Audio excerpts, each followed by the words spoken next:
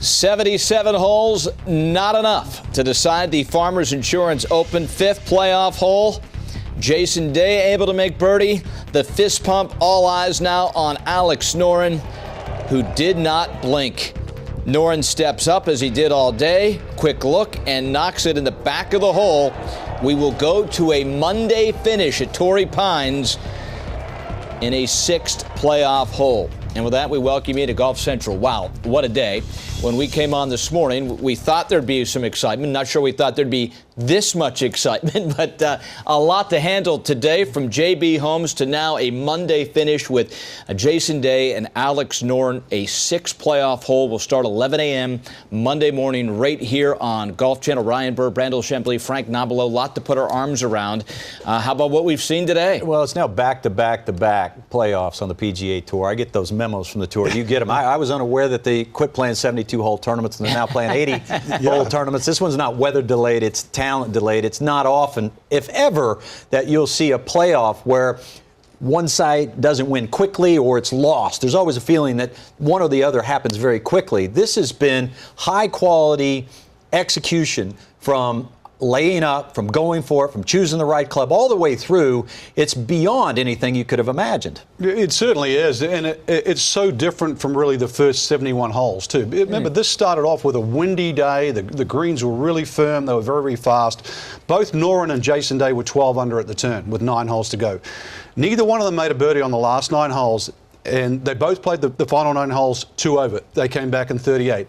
And yet, each time they went to that 18th hole in the playoff, they made birdie. To play that playoff, 5 holes, both 3 under, in those conditions was, well, quite stunning, really. Seriously. Right. Do you have a sense why, when the playoff light went on, the light of Noren and Day's play went to a whole new level? Brennan and I were talking off camera. I think it's sort of the new breed, the style. We were almost saying that Jason Day's iron play was a little, it was a little poor. Certainly on those closing 9. Yet this younger brigade, they play so aggressively, it's almost no different when they get into a playoff. And if anything, they just upped the game. They weren't trying to play a different tactics. Mind you, Noren, the last time around, laying back with a 3-wood was quite smart, actually, to set up a utility club. But they just play pedal to the floor. And you always hear that adage, and it's now spit out with the qualifier, I know it's cliche, right, but you take it one shot at a time. Very often in match play, you'll shoot lower than you normally do in medal play. And the reason is because you are in that moment. You're not thinking ahead, you're not thinking behind, you're just thinking about that shot. And that really is what we've been treated to here, is these guys have played 5 holes, and it's like each time the guy is right into that shot, that moment. And it's been stunning to watch. And we know about Jason Day, former #1 player in the world, but hello to the PGA Tour stage for Alex Noren, right? Absolutely. We talked this morning that we didn't know that much about him this morning, but 5, 6, 7, 8 hours from now, we're going to know a whole lot more about him. All of a sudden, you realize top 20 in the world and why he has that ranking. Now, 77 holes, we got the report on him now. Let's get to it. We've got a lot to show you for sure. The playoff was outstanding. Jason Day, co-leader. Brandel talked about it in regulation, 18th hole, the par 5. This is his 3rd. Remember, he wasn't in the final group, so this was to post. That's right. An unfortunate break that the ball that he, laid up and it just ended right on the edge. He had to be thinking about that. What kind of contact am I going to have? Maybe it's not going to be as crisp. He wasn't able to spin it back down that hill. And that's what he was hoping for. Left 31 feet. This would be important because it taught him the line, and he made birdie after birdie from that line in the playoff. So he posts at 10. Final group now on 18, and this is what everyone is talking about. JB Holmes, Frank. Well, forever. Yeah, we timed it. It was 4 minutes and 10 seconds. It comes under Rule 6.7 in the rule book, which is undue delay, and then the committee has the right to change that rule, which the PGA Tour or the European Tour does. And in a normal situation, the first player to play gets 50 seconds. The second player to play would get 40 seconds. But this group was not out of position. So it is a loophole in the rule, but if you got to feel for Alex Noren. He has the tournament on the line more so than JB Holmes. So meanwhile, Alex Noren, his second shot now. Incidentally, JB Holmes ended up laying up down 2. Yeah, and this definitely had an icing the kicker kind of feel to it. Well put. And you had to put yourself in his position. Like, the adrenaline, no doubt, would have been pumping and pumping and pumping. He would have hit this shot. he would have known exactly what the yardage was to the middle of the green, and that would have gone 20 yards past anything he could have imagined. Let's not forget about Ryan Palmer. He also won back. Now, he had to lay up. Birdie for Palmer to get into the playoff, we think. And there's a little sweet spot in that ridge, about 15, 20 feet right. If you catch that, it's going to funnel down beautifully. So now Palmer's into the mix. We got to believe that goes in. That would get him to 10 under. He's tied with Jason Day. Back to Noren. And not the easiest of pitches at all, coming out of the rough. It's very easy to get this one with just a little bit too much pressure, but clever that he was able to use the bank over there, not go directly at the hole where all of a sudden the water comes into play. So crafty play there from Alex Noren. 13 feet for the win.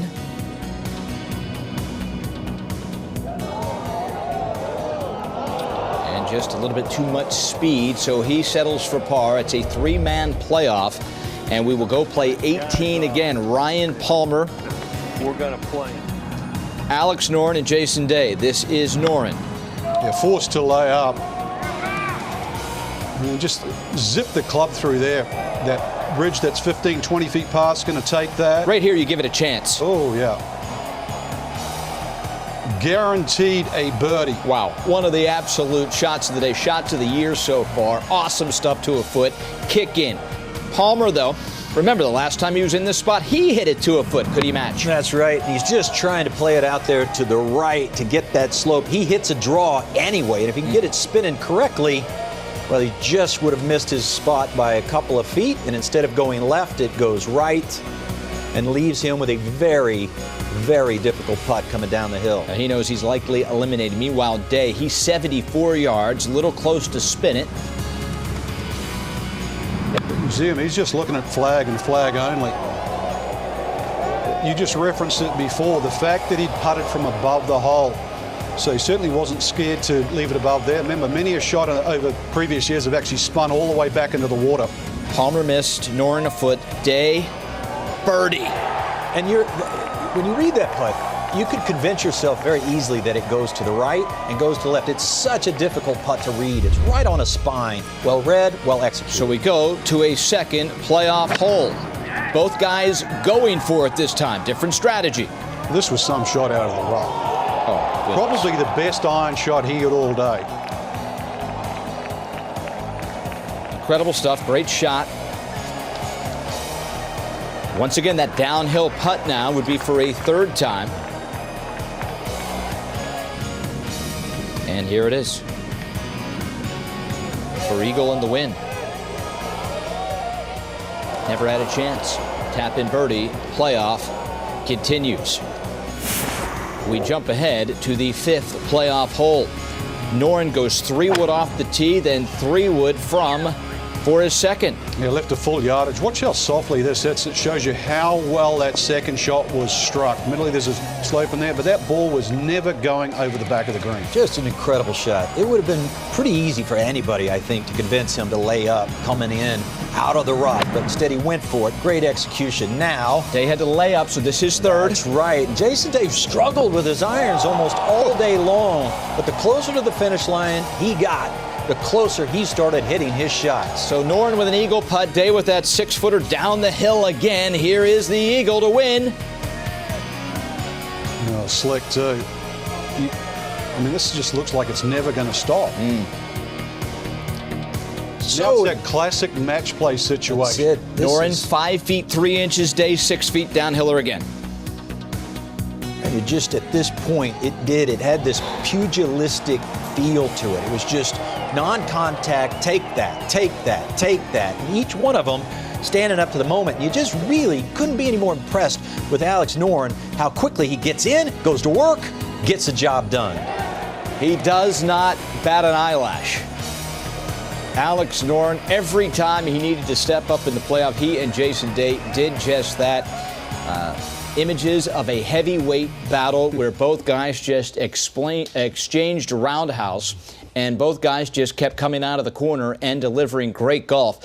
You know, you said it. Sometimes in a playoff, it's one guy losing as much as the other guy winning. You see par, par, par. Not the case here. It was the level of golf went to a whole new level. Yeah, scratching my head to come up with an equivalent playoff where the players just keep making birdie after, par. You've been in a few playoffs. I've been in a few playoffs. Inevitably, someone stuffs it in close, makes a birdie, ends the fun for everybody. Sometimes they'll go a couple, and then it's a couple of pars. You just don't see this kind of execution all the way through a 5-hole playoff, Frank. Well, if we just go back, nearly 10 years, obviously, when Tiger Woods and Rocker Media had their playoff, if you remember the golf course, it was all about making pars. That's really what it was in the playoff. Admittedly, this is a sudden death, not an 18-hole playoff. So you would think you'd get the same type of sort of war of attrition out there. The fact that they just decided to go flag hunting there, and the 18th hole was played so many different ways too. We saw them both go, had to lay up, Jason Day out of the bunker, the putts downhill. You got these tricky one side, or you got them from across the green. I think it's such an evil flag where they stick it on the left. The safer flag would be at the back there, but when you stick the flag there, it gives us all this sort of, well, it could be, it might be, it's dangerous. We might see something in the water, but they really stood up. Add to all this, not the just distractions of trying to win a golf tournament, how about the fan heckling Alex Noren? You're right. Yep. Just before he hit his shot, you could hear it, no doubt, full, when he said, don't hit it in the water. It was like that, and Alex Noren just completely looked impervious to the comment. He looked back over at his caddy, got his number, got back in there, didn't give a stare to the fan. He's a Swede, though. He's a Swede. Well, they're cool. They're really cool under the pressure. And then just hit one of the finest shots you'll ever see. And with the world responding to J.B. Holmes down 2, wood in hand, then electing to lay up and taking forever, Noren, the complete opposite. I'm not sure we've seen someone play that fast with the pressure that high. He takes one look at a putt and bam. Yeah, somewhere there's sports psychologists just cutting off the video of the juxtaposition between the way J.B. Holmes played and the way Alex Noren has been playing. Literally watching a player sort of talk himself, certainly looked like it, talk himself out of any chance to win. I remember very early on in my PGA Tour career, and it was Stuart Sink's rookie year. He had played 21 events and hadn't won. He and I were in a battle at Hartford. He hit it up on the hill on the 17th hole, and he had a bad lie. I was standing out in the fairway, and I thought, I got him here. I got him. And I heard his caddy say to him, you do not get that many chances to win on the PGA Tour, because Stewart wanted to lay up. He had a lie. It looked like he wanted, and his caddy said, you do not get that many chances to win on the PGA Tour. You don't. You can get this ball on the green. He hit it. When it was in the air, I thought, it's in the water. I'm going to win. And it landed on the green. He ended up beating me by a shot. But the hair stood on the back of my neck because it was a great shot from Stewart. But my gosh, was that good caddying. And that's what you thought his caddy was going to say. Look, man, you don't get that many chances to win. This is your moment. J.B. Holmes has played 271 events. He's won 4 times. Stuart Sink has played, what is this? I think he's played close to 700 events on the PGA Tour. He's won 6 times. You don't get that many chances to win. And to see a player, I get it. There's Ryder Cup points involved. There's FedEx Cup points involved. There's a lot at stake beyond just the dollars. But to see a guy default to not winning in a situation like that was shocking. Yeah, the one thing to give him his fairness, we haven't heard from him, and I would love to hear what he has to say. There's no doubt he was in between clubs. But to your point, Branell, too, you either go or you lay up. It shouldn't take that long. But also, we're in a situation right now, we've talked about this for the last couple of years. Golf's sort of teetering on the edge. We've had rules fracases over the last couple of years.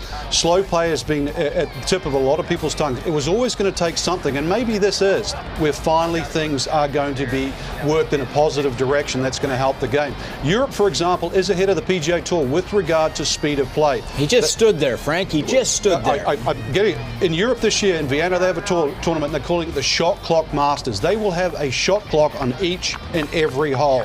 That's their attempt to try and highlight this issue and change it.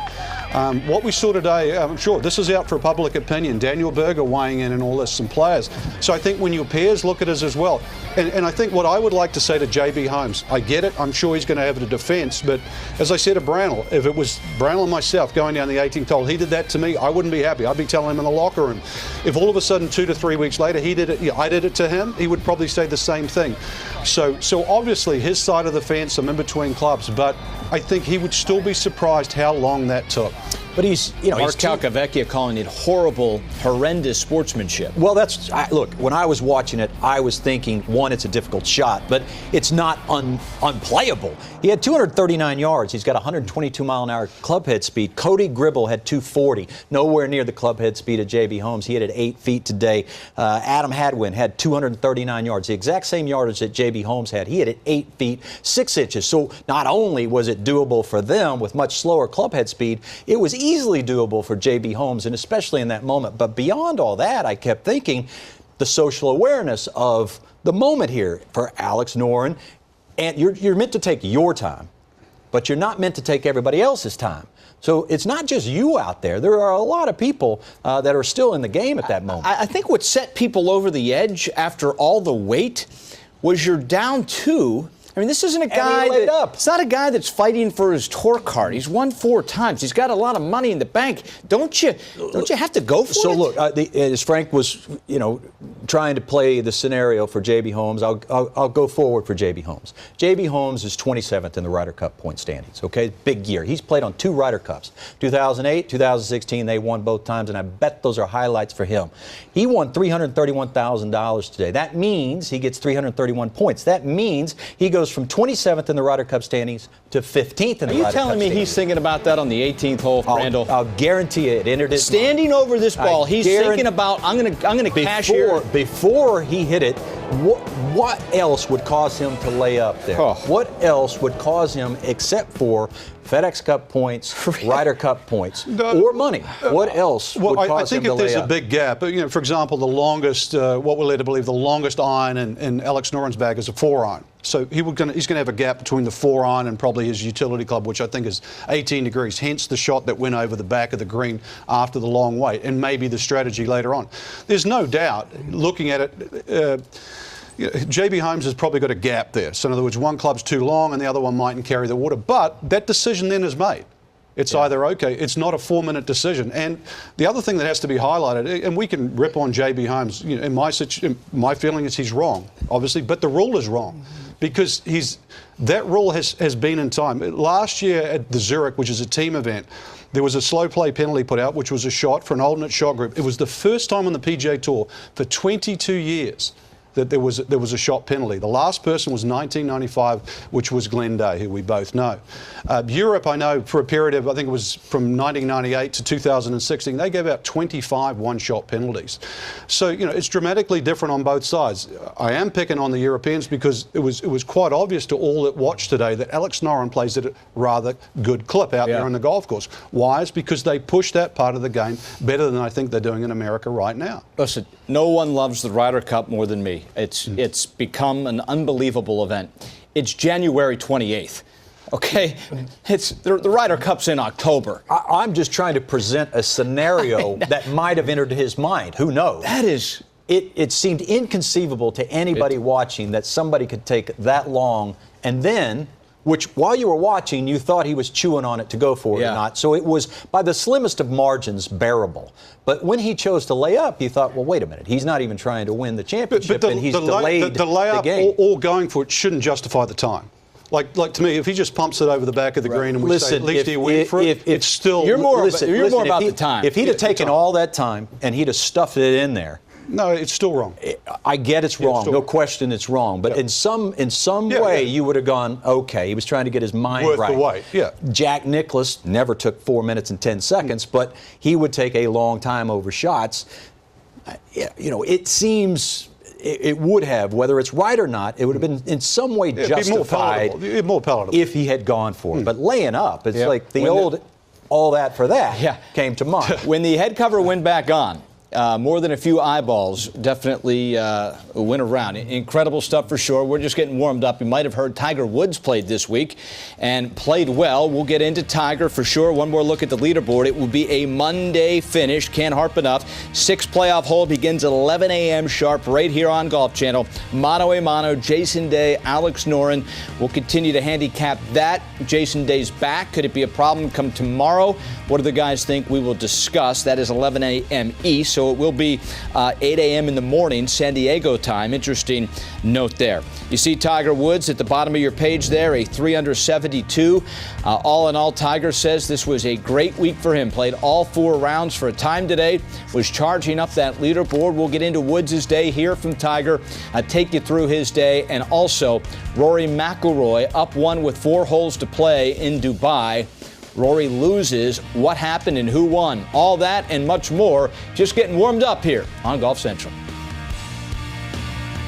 Golf Central is brought to you by Bushnell Golf and the Pro X2 with enhanced slope switch technology. Golf Now's free mobile app includes GPS tracking at more than 30,000 golf courses.